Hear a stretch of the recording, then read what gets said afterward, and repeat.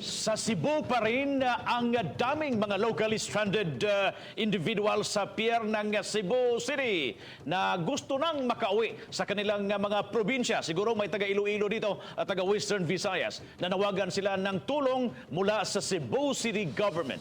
Si Nico Serino ng Balitang Bisdak Regional TV nakatutok. Sa terminal sa Pier 1 sa Cebu City, moabot sa 15 ka mga locally stranded individuals ang temporaryo nga miistar. Padung sila sa lain-lain nga probinsya, apan wala na makabiyahe sukad nga nahibalik ang ECQ sa Cebu City sa miaging buwan.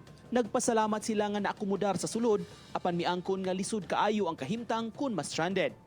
Usa kanila si Thenz nga pauli na unta sa Aklan. Mahirap po talaga kasi yung pagkain, gastusin, tubig, tsaka yung pangangamba na mahawa. Kaniadto sa mga tolda lang gawa sa building sila miistar ug matud sa mga pasahero, lisod labi nagmagabii ug mukusog ang uwan. Dito po kami pumasok para mas safe po kasi kung una nasa labas po kami natutulog. Tapos pinapasok pag kayo. umuulan po kasi nababasa po kami. Kaya we decide na pumasok na lang dito. Panawagan karon sa mga LSI nga matabangan sila sa kagamhanan sa mga LGU labi na kay limitado sab karon ang ilang budget ug labing mahinungdanon ang ilang pagpamauli sa probinsya.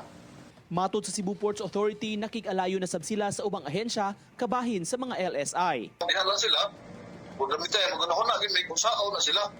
Ang abo lang problema kay makalarga sila po, dawaton ba sila sa ilang LGU dito sa ilang destinasyon? Wala yung problema kay kinalan na aman ay coordination nga to sa LGU sa ilang destinasyon nga dawat nila. Ang problema kasi sa barko di sa dawaton nito magsakit-sakit. Uban ni June Solon, Nico Sereno, Balitang Bisdak.